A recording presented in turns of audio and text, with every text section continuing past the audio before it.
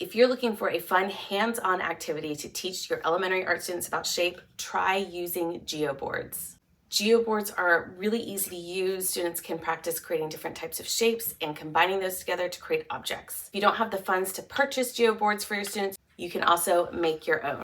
All you need is cardboard or foam core board, masking tape, graph paper, or just tables printed on paper, push pins, and rubber bands. These are fun to use because students can do this independently, or you can do it as a class, and it's very easy to see how lines come together to create shapes, how shapes can come together to create objects.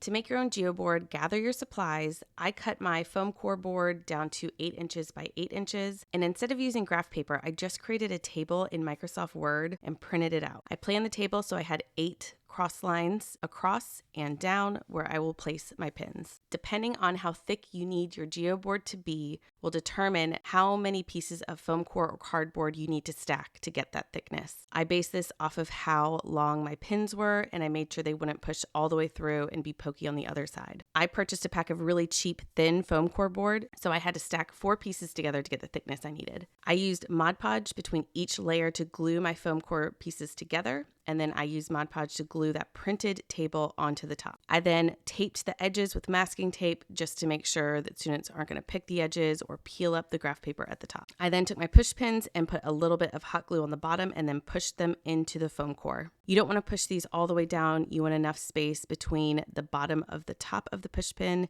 and the top of the geoboard so that the rubber band has a place to sit. Once everything is put together, your Mod Podge is dry, your hot glue is set, you can start playing with these geoboards, experimenting with shapes and combining shapes to create objects. I use this in my Creation Station bin for shape. Students get activity guides that have them create specific shapes, and then they get to explore combining shapes to create objects and other designs. They record their experiment results by drawing what they create on their geoboard on their activity guide. You can grab my Creation Station shape bin using the link in my bio. This includes instructions on how to create your own board. It also includes blank printouts where you can plan out your own geoboard designs for students to recreate. Try using geoboards in your classroom, try making your own, have fun, and happy teaching.